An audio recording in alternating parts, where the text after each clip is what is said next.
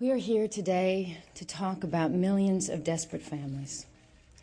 Families so cut off from civilization that they don't even know that a day like this exists on their behalf. Millions. And numbers can illuminate, but they can also obscure. So I'm here today to say that refugees are not numbers. They're not even just refugees. They are mothers and daughters and fathers and sons. They are farmers, teachers, doctors, engineers. They're individuals, all. And most of all, they are survivors, each one with a remarkable story that tells of resilience in the face of great loss. They are the most impressive people I have ever met, and they are also some of the world's most vulnerable. Stripped of home and country, refugees are buffeted from every ill wind that blows across this planet. I remember meeting a pregnant Afghani woman in a completely abandoned camp in Pakistan. She couldn't travel when everyone else was relocated because she was too late in her pregnancy. She was alone with her two children and an older woman.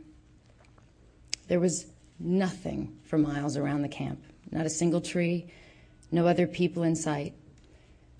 So when they asked me to come in for tea, I said I didn't feel it was necessary.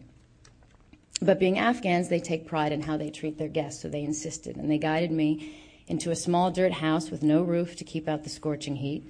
And they dusted off these two old mats that they ate and slept and prayed on. And we sat and we talked, and they were just the loveliest women. And then with a few twigs and a single tin cup of water, they made the last of their tea, and they insisted that we enjoy it. Since before the parable of the widow's mite, it has been known that those who have the least will give the most. Most refugee families will offer you the only food they have and pretend they're not hungry. And the generosity of the poor applies not only to refugees. We should never forget that more than 80% of all refugees are hosted and have been for years and years in the poorest developing countries.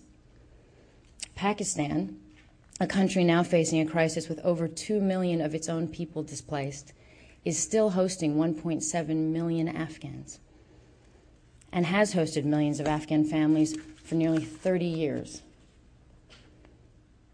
I remember before we said goodbye to the pregnant lady, she pointed to her young boy.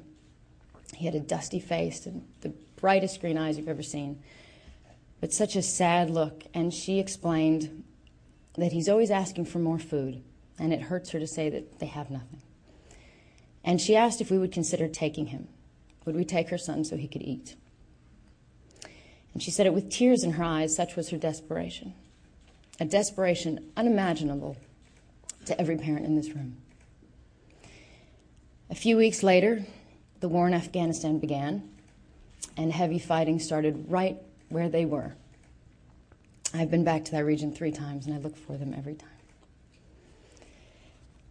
The threat of climate change, the competition for resources, and ever-growing global inequality have created deepening, intractable conflicts.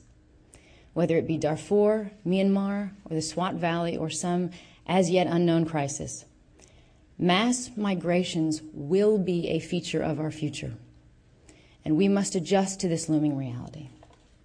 And again, I would urge you to look beyond the simple numbers and look instead at the individual. I remember in Tanzania, I met a child in a tent. He sat on a dusty floor. He'd been shot in the back and left paralyzed. And he crawled forward to shake my hand. He was no more than 15.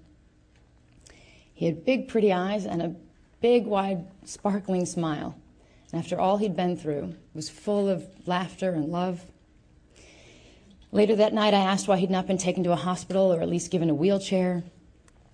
And I was told that the boy's entire family had been killed, so there was no one to look after him. And he'd not been accepted for asylum in a third country. And the aid workers had spent the money they could, but they didn't have any more.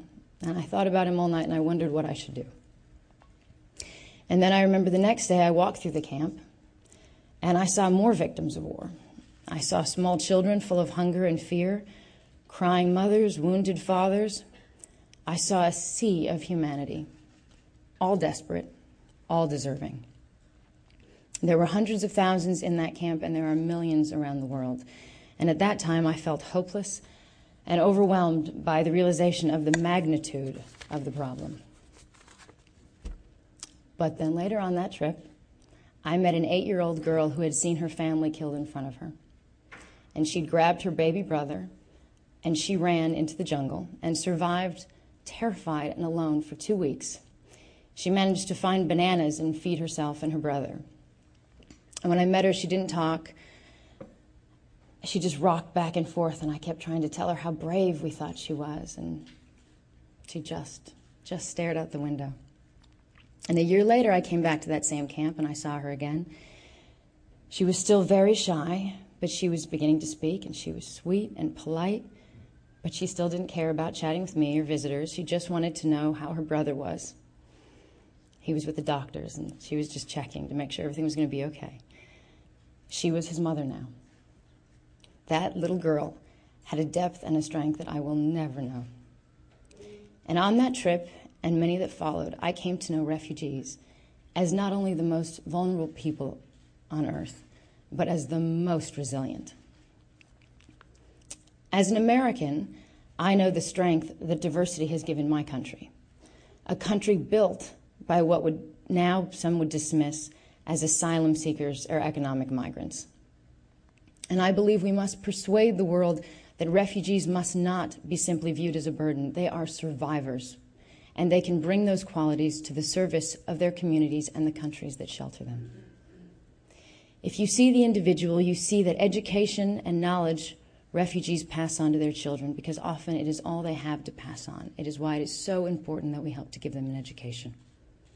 If you see the individual, you see the contribution that can be made by refugees to their host countries, and how important they will be to their own land when eventually they return. In the last 9 years, I have made many visits to the field with UNHCR. I do it to raise awareness for the plight of refugees, but I also do it for me. The refugees I have met and spent time with have profoundly changed my life. The 8-year-old girl who saved her brother taught me what it is to be brave. The pregnant woman in Pakistan taught me what it is to be a mother. And the paralyzed boy who'd been shot in the back, with his big smile, showed me the strength of an unbreakable spirit. So today, on World Refugee Day, I thank them for letting me into their lives. And I thank you for coming.